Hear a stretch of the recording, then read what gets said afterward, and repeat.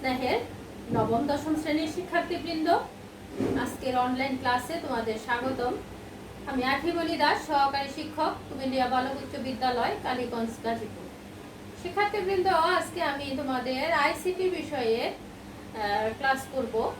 এর আগেও আমি তোমাদের আইসিটির পঞ্চম অধ্যায় নিয়ে ক্লাস শুরু করেছিলাম এবং ওখানে আমি তোমাদের মাল্টিমিডিয়া ও গ্রাফিক্স নিয়ে শুরু করেছিলাম। মাল্টিমিডিয়াটা আমি তোমাদের দেখিয়েছি, গ্রাফিক্সের কিছু অংশ আমি তোমাদের দেখিয়েছি। এগুলো আসলে প্র্যাকটিক্যাল করার বিষয়, কিন্তু আমাদের এখন যে অবস্থা, আমরা সবাই স্কুলে যেতে পারছি না, সেই কারণে তোমাদের ল্যাবে নিয়ে প্র্যাকটিক্যালি যেগুলো দেখানোর কথা সেগুলো দেখানো হচ্ছে না। তারপরেও আমি চেষ্টা করছি যে থিওরিগুলো যেন আমি তোমাদেরকে দিতে পারি, সেজন্যই আজকে তোমাদের সাথে আমার এই আইসিটি ক্লাস। তবে এই চ্যাপ্টারটা মূলত সম্পূর্ণই প্র্যাকটিক্যাল অর্থাৎ ব্যবহারিক, কিন্তু তারপরেও আমি আশা করব যে আমি যে তথ্যগুলো দিব বা তোমাদের যে বইটা আছে বোর্ড বইটা, সেই বইটার বিষয়ে সম্বন্ধে তোমরা আগে বুঝে নাও, যাতে স্কুল খুললে পরে তোমাদেরকে নিয়ে আমি এগুলো প্র্যাকটিক্যাল করতে পারি। তাহলে তোমরা মনোযোগ সহকারে তোমরা বইটা কাছে নিয়ে আমার ক্লাসটি দেখো এবং বোঝার চেষ্টা করো। আজকে আমি তোমাদের ফটোশপ নিয়ে কথা বলবো।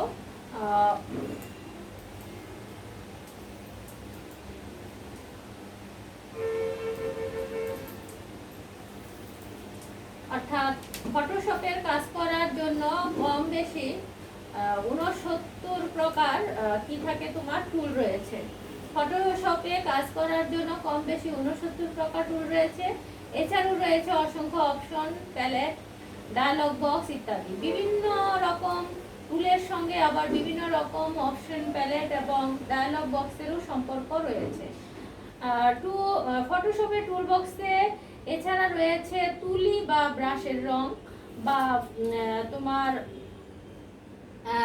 ফোরগ্রাউন্ড বা ক্যানভাস বা ব্যাকগ্রাউন্ডের রং, নিয়ন্ত্রণের আইকন, মনিটরের পর্দায় প্রদর্শন এলাকা নির্ধারণের আইকন, মার্কস আইকন ইত্যাদি।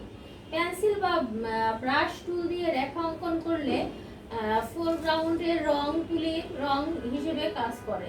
এখানে তোমরা পর্দার ডান পাশে রয়েছে বিভিন্ন প্রকার প্যালেট। প্যালেটের উপরের ডান দিকে বিয়োগ চিহ্ন বা মিনিমাইজ আইকন রয়েছে। এই বিয়োগ চিহ্ন বা এই যে এখানে দেখবা মিনিমাইজ আইকন ক্লিক করলে প্যালেটটি গুটিয়ে যাবে এবং আইকনটি চতুষ্কোণ বা ম্যাক্সিমাম আইকনে রূপান্তরিত হয়ে যাবে। গুটিয়ে থাকা প্যালেটের চতুষ্কোণ বা ম্যাক্সিমাম আইকনে ম্যাক্সিমাইজ আইকনে ক্লিক করলে প্যালেটটি আবার সম্প্রসারিত হবে। তাহলে দেখো, একটা হলো মিনিমাইজ আর একটা হলো কি ম্যাক্সিমাইজ করলে আইকনটা তোমার ওই অপশনটা বড় হবে, আর মিনিমাইজ করলে এটা কি হবে, ছোট হবে। তাহলে গুটিয়ে থাকা প্যালেটের চতুষ্কোণ বা ম্যাক্সিমাইজ আইকনে ক্লিক করলে প্যালেটটি আবার সম্প্রসারিত হবে। পরবর্তীতে প্রয়োজন হলে আবার বিয়োগ চিহ্ন বা মিনিমাইজ আইকনে ক্লিক করলে প্যালেটটি গুটিয়ে যাবে। প্যালেটের টপ বারে ডাবল ক্লিক করলেও সম্প্রসারিত প্যালেট গুটিয়ে যাবে, আবার গুটিয়ে থাকা প্যালেট সম্প্রসারিত হবে। প্যালেটের টপ বারে ক্লিক ও ড্র্যাগ করে প্যালেটকে যে কোনো স্থানে সরিয়ে স্থাপন করা যায়। পর্দার বাম দিকে রয়েছে টুল বক্স। এতে বিভিন্ন প্রকার কাজের জন্য ভিন্ন ভিন্ন টুল রয়েছে। কাজের জন্য যে টুলের উপর যখন ক্লিক করা হয় তখন সেই টুলটি সক্রিয় হয়।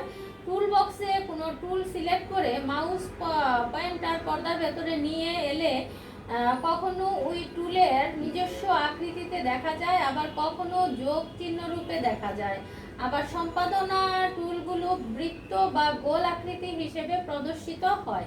তাহলে এখানে আমরা যেটা দেখছিলাম যে এই যে এটা একটা তোমার প্যালেট।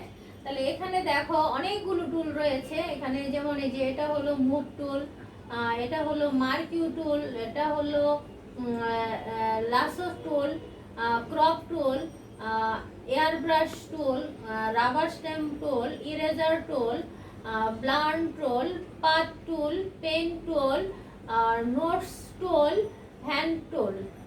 আর এই যে এটা, এই জায়গাটা এটা হলো ফরগ্রাউন্ড, আর এটা কালোটা হলো ব্যাকগ্রাউন্ড। আর এদিকে যেগুলো আছে এটা হলো ম্যাজিক ওয়ান টুল, এটা হলো স্লাইস টুল, এটা হলো pen brush tool, history brush tool, এটা হলো প্ল্যান্ট বাকেট, এটা হলো dodge tool, type tool, recharge tool, এটা হলো তোমার আই ড্রপার টুল, আর এটা হলো জুম টুল। এই প্রত্যেকটা টুলের মধ্যে যদি আমি ক্লিক করি তাহলে সেই টুলটা সক্রিয় হবে এবং আমি সেই টুলটা ব্যবহার করে কি করতে পারবো, কাজ করতে পারবো। তাহলে আমি তোমাদের এই বিষয়গুলো প্র্যাকটিক্যালি দেখানোর চেষ্টা করব যখন স্কুল খুলবে তখন। এখন মোটামুটি বিষয়গুলো সম্বন্ধে একটু ধারণা নিয়ে নাও বা আইডিয়া নিয়ে নাও। এখন যেটা দেখাবো সেটা হলো সিলেকশন টুল এবং মুভ টুল পরিচিতি। এখানে আমরা দেখেছি এই টুলটার মধ্যে আছে তোমার এই যে সিলেকশন টুল আছে, সিলেকশন টুল এবং মুভ টুল। মুভ টুল এই যে এটা হলো তোমার কি টুল, মুভ টুল। তাহলে এই মুভ টুলটা সম্বন্ধে আমরা একটা কি নিব, ধারণা নিব।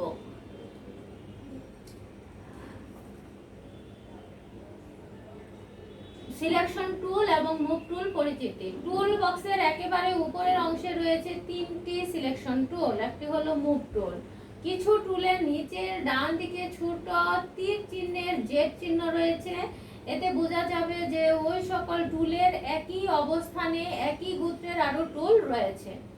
তাহলে টুল বক্সের একেবারে তোমার উপরের অংশে রয়েছে তিনটি সিলেকশন টুল এবং একটি কি রয়েছে, মুভ টুল রয়েছে। কিছু টুলের নিচের ডান দিকে ছোট তীর চিহ্নের জেড রয়েছে, এতে বোঝা যাবে যে ওই সকল টুলের একই অবস্থানে একই গোত্রের আরো টুল রয়েছে। যেমন একই অবস্থানে রয়েছে চারটি মার্কি টুল এবং অন্য অবস্থানে রয়েছে তিনটি লাসো টুল। ঠিক আছে, একই অবস্থানে রয়েছে চারটি রয়েছে মার্কি টুল এবং তিনটি রয়েছে লাসো টুল। টুলের উপর মাউস পয়েন্টার স্থাপন করলে টুলের নাম প্রদর্শিত হবে। টুলের উপর যখন মাউস পয়েন্টারটা স্থাপন করব তখন এটা কোন টুল সেই টুলের নামটা দেখা যাবে। মাউস পয়েন্টার দিয়ে ওই টুলের উপর ক্লিক করলে টুলটি কি হবে, সক্রিয় হবে। এই অবস্থায় মাউস পয়েন্টার পর্দার ভেতরে নিয়ে এলে সিলেক্টেড টুলের নিজস্ব আকৃতিতে বা যোগ চিহ্ন রূপে দেখা যাবে। সিলেকশন টুলের মধ্যে মার্কি টুল দিয়ে চতুষ্কোণ ও বৃত্তাকার সিলেকশন এবং অবজেক্ট তৈরি করা যায়। তাহলে সিলেকশন টুল দিয়ে কি কি কাজ করা যায়, মার্কি টুল দিয়ে চতুষ্কোণ, বৃত্তাকার সিলেকশন এবং অবজেক্ট তৈরির কাজ করা যায়। শিফট বোতাম চেপে রেখে রেক্ট্যাঙ্গুলার মার্কিউ টুল ড্র্যাগ করলে নিখুঁত বর্গ এবং শিফট বোতাম চেপে রেখে ইলিপ্টিক্যাল মার্কিউ টুল ড্র্যাগ করলে নিখুঁত বৃত্ত সিলেকশন তৈরি হবে। অল্টার বোতাম চেপে ড্র্যাগ করলে কেন্দ্রবিন্দু থেকে শুরু হয়ে চতুর্দিকে বিস্তৃত হয়ে বৃত্ত বা বর্গ সিলেকশন তৈরি হবে। তাহলে দেখো এই কাজগুলো তোমরা যদি পারো, যাদের সুবিধা আছে বা যাদের বাড়িতে ল্যাপটপ আছে বা ডেস্কটপ আছে তারা বইটা সামনে নিয়ে চেষ্টা করে দেখো তোমরা পারো কিনা। শিফট বোতাম চেপে রেখে রেক্ট্যাঙ্গুলার মার্কিউ টুল ড্র্যাগ করলে নিখুঁত একটা বর্গ তৈরি হবে। শিফট বোতাম চেপে রেখে যদি আমরা এই ইলিপ্টিক্যাল মার্কিউ টুলটা ড্র্যাগ করি তাহলেও একটা বৃত্ত তৈরি হবে। আর অল্টার বোতাম চেপে রেখে যদি আমরা ড্র্যাগ করি তাহলে কেন্দ্রবিন্দু থেকে শুরু হয়ে চতুর্দিকে কি হবে, বর্গ এবং বৃত্ত সিলেকশন তৈরি হবে। এবার দেখি সিলেকশন স্থানান্তরিত করা। রেক্ট্যাঙ্গুলার মার্কিউ টুলের সাহায্যে চতুষ্কোণ বিশিষ্ট সিলেকশন রেখা তৈরি করার পর মাউস থেকে আঙ্গুল তুলে নিলে পর্দায় চতুষ্কোণ বিশিষ্ট সিলেকশন রেখা ভাসমান অবস্থায় থাকবে। অর্থাৎ এখানে কি বলা হলো যে রেক্ট্যাঙ্গুলার মার্কিউ টুলের সাহায্যে চতুষ্কোণ বিশিষ্ট সিলেকশন রেখা তৈরি করার পর মাউস থেকে যদি আমি আঙ্গুল তুলে নেই তাহলে পর্দায় চতুষ্কোণ বিশিষ্ট একটা সিলেকশন রেখা ভাসমান অবস্থায় থাকবে। মাউস পয়েন্টার সিলেকশনের ভেতরে নিয়ে গেলে মাউস পয়েন্টারের নিচের দিকে ছোট একটি আয়তাকার আইকন দেখা যাবে। এই অবস্থায় মাউসে আঙ্গুলে চাপ রেখে ভাসমান সিলেকশনকে ড্রাগ করে যে কোনো স্থানে তোমার কি করা যাবে, সরিয়ে নেওয়া যাবে। সিলেকশন ভাসমান থাকা অবস্থায় আমরা সিলেক্ট মেনুর ডিসিলেক্ট কমান্ড সিলেক্ট করলে অথবা সিলেকশনের বাইরে মাউস পয়েন্টার ক্লিক করলে সিলেকশনটা কি হবে, চলে যাবে। তাহলে ভাসমান সিলেকশনটি রং দিয়ে পূরণ করা। ভাসমান সিলেকশনটি কিভাবে আমি রং দিয়ে পূরণ করব সেটা শোনো। যে টুল বক্সের নিচের অংশে ফোরগ্রাউন্ড এবং ব্যাকগ্রাউন্ড কালার আইকন রয়েছে, ঠিক আছে। উপরের আইকনটি হচ্ছে ফোরগ্রাউন্ড এবং নিচের আইকনটি হয়েছে ব্যাকগ্রাউন্ড।